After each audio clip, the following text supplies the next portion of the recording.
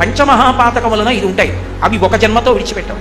అందులో అన్నిటికన్నా ప్రమాదకరమైన పాపం ఏది అంటే బ్రహ్మహత్య, బ్రాహ్మణుణ్ణి చంపేయడం.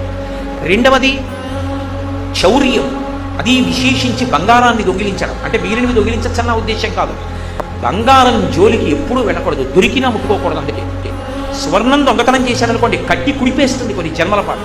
బంగారమును దొంగిలించుట మహాపాతకం కిందకు వస్తుంది, పాపం కాదు మహాపాతకం. అలాగే గురుపత్నితో కలిసి మంచం మీద పడుకోవడం. నాలుగవది మధుపానం చేయడం, కళ్ళు సారా ఇలాంటివి తాగడం. ఇవి తాగడం పరమ ప్రమాద హేతు, అది పాతకం అవుతుంది. అది ఈ జన్మతో విడిచిపెట్టదు, అది జన్మజన్మల పాటు బాధ చేస్తుంది. కాబట్టి మధుపానము అంటే కళ్ళు సారా ఇటువంటి మత్తు పదార్థములన్నింటినీ సేవించడం. ఇక ఐదవది ఒకటి ఉంటుంది, అది అన్నిటికన్నా ప్రమాదకరమైనటువంటిది. అది ఏమిటో తెలుసా?